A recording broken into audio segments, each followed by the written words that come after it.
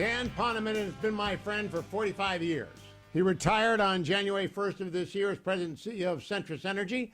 Before that, he was Deputy Secretary of Energy under President Obama. He was a partner with Brent Scowcroft in the national security business. He served two presidents, Clinton and H.W., on the National Security Council.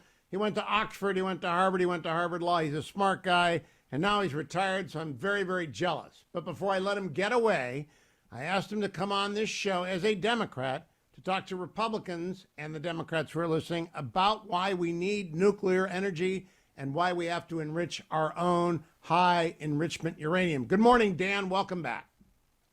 Good morning, Hugh. It's great to be with you. Congratulations. You're retired. What are you doing differently? You're up earlier than you normally are. Well, I had to do that to match your incredible schedule, Hugh. No, I'm going to Africa, and I'm thinking about what's next. Tell the audience, we've got maybe 15 minutes on the air. You're the most credible Democrat in the world on nuclear energy. Why do we need it? Okay, first, modest correction. I'm independent, but I've worked for both Republicans and Democrats, as you know. Why do you need it? Well, you need it for a bunch of reasons. Number one, our planet is burning up, and we have to get to net zero. We have to get to net zero by 2050. And the only way you get there, if you threw all the wind, solar, electrical vehicles, everything, you're going to still fall way, way short unless you have a tripling of nuclear power across the world. And we got to get started today. And if we don't get started today, we're just going to blow right past 1.5 degrees. We're already in that direction already. Is nuclear power now safe? Yes, it's incredibly safe. If you look at all the statistics, how many people die per megawatt hour generated, nuclear is way, way, way, way at the bottom. People don't realize this. It's a tragedy what happened in Fukushima. We lost 18,000 souls in that crisis. That was the tsunami. That was the earthquake. There was only so far one radiation death from Fukushima, right? And nobody died in 3 Mile Island. Chernobyl was a different story. They had to cover up. They lost several thousand people.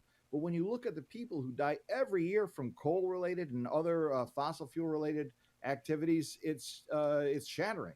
And so nuclear power affordable?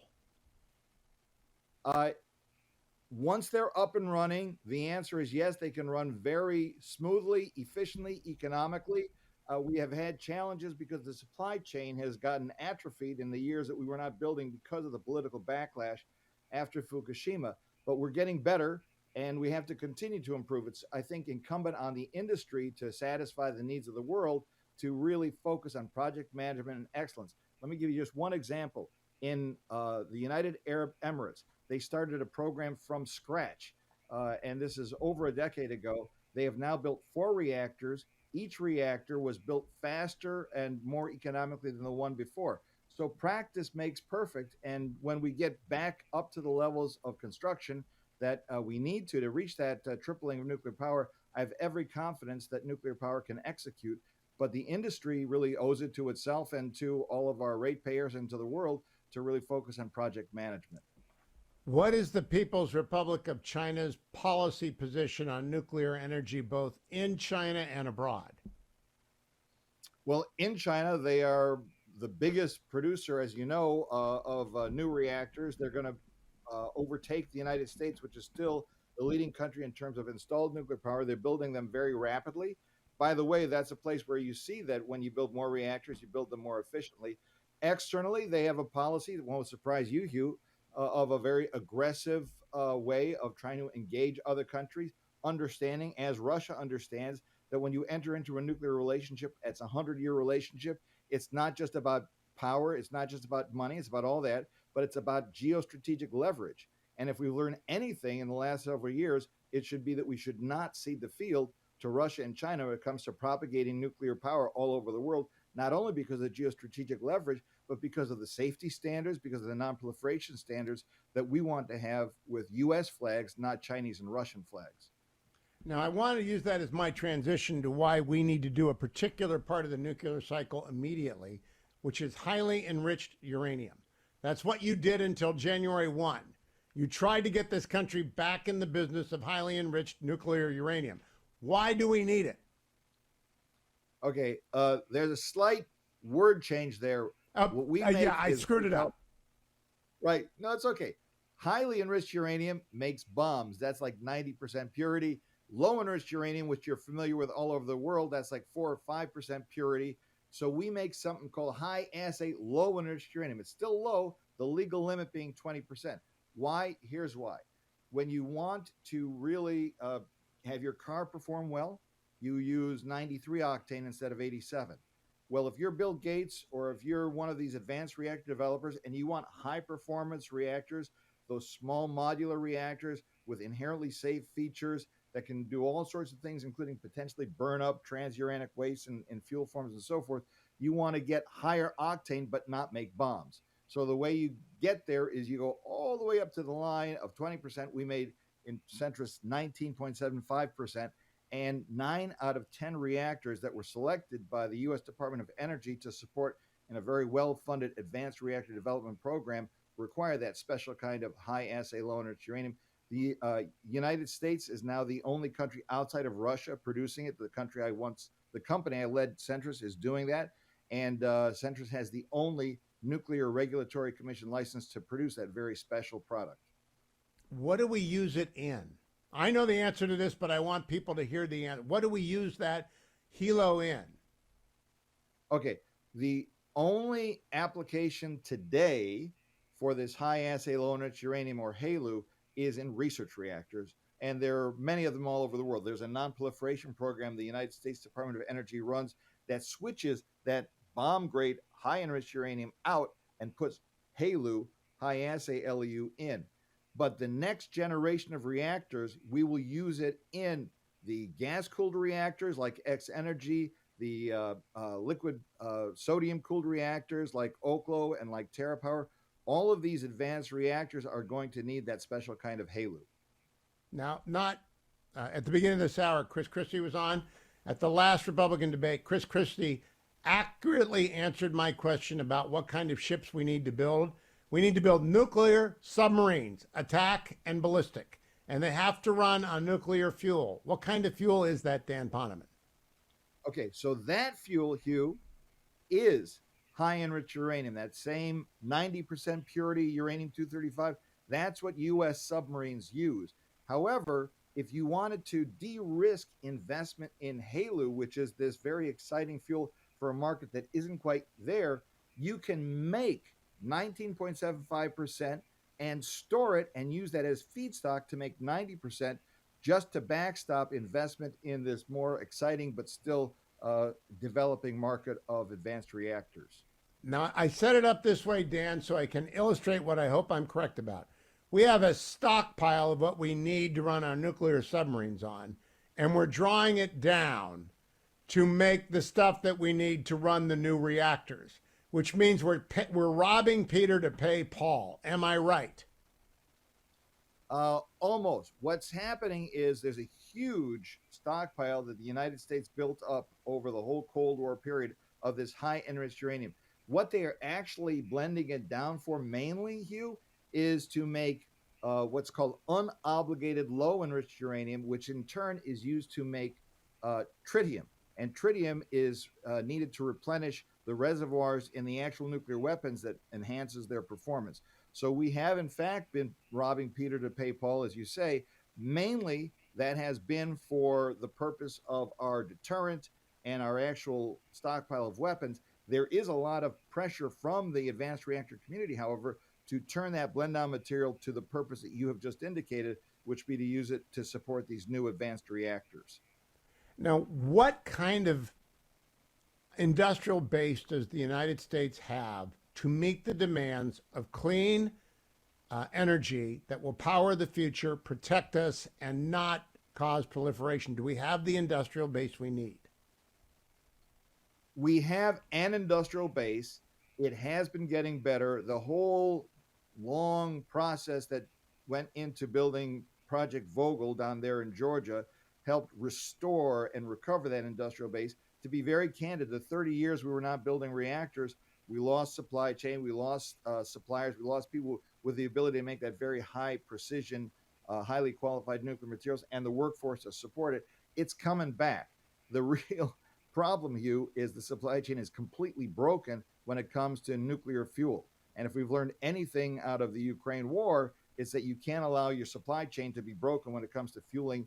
20% of the power that comes in the United States is from nuclear. So at this point, we do not have a homegrown ability to enrich uranium, which is important not only for energy, but as you indicated a few minutes ago, we need domestic enrichment with U.S. technology to support the nuclear weapons program and to support naval reactors.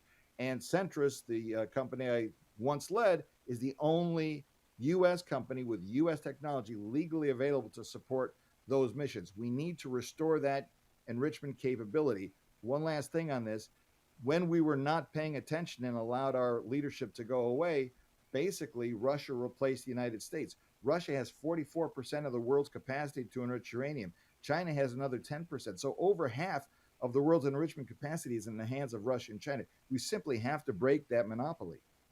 But we got to break it carefully. And I'm going to go to break here, but I want to make people understand. We don't want to break the contracts with Russia, do we? Well, here's the problem, and you understand this very well. Russia, before the war, signed massive long-term contracts at like $50, which was the price for enrichment. If you broke all those $50 contracts today, Putin would be the happiest kid on the block. He's going to turn around. The prices, because of the Ukraine war, spiked up to 150. He'll turn around and sell it to maybe for 120, who knows what, to somebody else, some third party. It's going to come back to the United States at 180, and they're going to have a huge windfall profit. So if we do something, we do want to wean off of Russian enrichment for sure, but we got to do it smart, and we have to replace the fuel that we now get from them with our own domestic production. So you know the phrase smart sanctions. We do need to wean from Russia as soon as humanly possible, but we got to do it smart so we don't inadvertently hurt ourselves and help them. When I come back with Dan Poneman, two questions. What do we do about Iran, or what is Iran going to do about uranium? And what does the United States Congress do next if we want to be secure in our energy supply for the next 100 years? Dan Poneman recently retired as CEO of Centrus Energy, former Deputy Secretary of Energy for President Obama, joins me. Dan, during the break, I got a text from a very good friend, a nuclear guy, a navalist, a smart guy. There's only about 2,000 people who can understand the interview with Dan Poneman, he writes, but it is an important conversation. We got to do better. We have to explain to people why this matters. So take it away, Dan.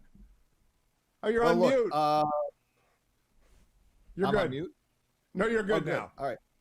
No, it's the thing that keeps me going every single day. You know, you said the word that makes me cringe this morning, which is retirement. It's not retirement, it's rewirement, right?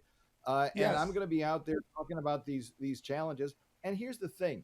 I wrote this in my book, which is behind me somewhere, about nuclear energy. People across the spectrum can agree on what to do, even if they don't agree on why. If you don't care about climate change, but you care about national security, you want the United States to be back enriching uranium. You want to have nuclear power in the world. If you care about climate change, don't really care about national security, you still want nuclear. So this is one of the rare issues, Hugh, where across the aisle, both sides of Capitol Hill, the Senate and the House of Representatives, both ends of Pennsylvania Avenue, everyone agrees we need to do this, and we need to do it fast, and we need to do it big. What does Congress need to do? Well, this is very important. Actually, there's three things that Congress needs to do, and they're making progress in all three. This is an extraordinary thing given the politics of the moment, as you know. Number one, they have to authorize a program, right? And in the authorization space, they just sent to the president in the National Defense Authorization Act what's called, Hugh, the Nuclear Fuel Security Act. Now think about this. This act, which supports the advancement of U.S. enrichment, passed the Senate by a vote of 96-3. You couldn't get that kind of vote to say that the sun rises in the east. So that's right. The first building block. The second thing is on appropriations. So the House of Representatives, which really was spearheaded by somebody you recently had on your show, a tremendous leader in this area, Chuck Fleischman, congressman from Oak Ridge, Tennessee. That first bill passed the floor of the House after Johnson became Speaker was the energy and water appropriations with $2.4 billion for enrichment. And now in the Senate, President Biden finally had submitted a supplemental request that included $2.2 billion for enrichment. Now I'm told that that number has perhaps gotten even higher in the U.S. Senate, and that we could have an appropriations discussion that's north of $2 billion between the House and the Senate. The appropriations piece, that's the second piece. The third piece is what you were talking about just before the break. We do need to get a Russian sanction in that regulates the winding down of those imports to enable the U.S. to replace it with our own production. And so those are the three pieces that are in play. One of them is already through the president's desk and signed into law. How does the third one happen? Who controls the third one about modifying the Russian sanction regime so we neither reward Russia nor hurt ourselves? Well, there's separate legislation, Hugh, and there's all kinds of parliamentary issues, which committees have jurisdiction and so forth. But there is legislation that has been working its way through both houses of Congress that would do that. And the version of it that I saw has a wind down period that would extend out to 2028. And it's that kind of timeline that will be required, because I think everybody recognizes that, unfortunately, it's not like oil production or even gas production, where you can more or less snap your fingers and ramp up. It takes several years to build a plant. It's just a fact. And so people understand that, and I think people are accommodating that in the draft legislation. Okay, my two questions. We have 2 minutes. Are you worried about what Iran is doing? Of course. I mean, it's terribly concerning. You just saw they've tripled their production of 60% enriched uranium. As we talked about earlier in your show, 90% is bomb grade. And at the same time, they've switched off so much of the monitoring. The outstanding leadership of Rafael Grossi at the IAEA can't help you if they don't let the inspectors in, if they don't have the cameras on, and so forth. So it's deeply worrying. Second question, and the exit question. If you are concerned about global warming, if you're one of my listeners who actually believes it's a menace, can it be fixed without nuclear power? No. You just can't. It's as another boss of mine, Ernie Moniz, likes to say, it ain't math, it's arithmetic.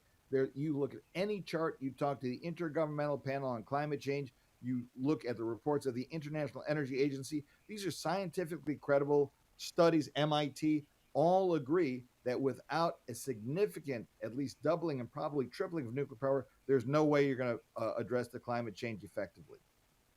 That's where I want to end it. Dan Poneman, congratulations on rewirement. Enjoy Africa. I'll talk to you when you get back, and hopefully the Congress is listening this morning. Thank you, Dan Poneman. Honestly, folks, Thanks. if someone talks to you about global warming and they're not then talking to you about nuclear energy, they're not serious about global warming.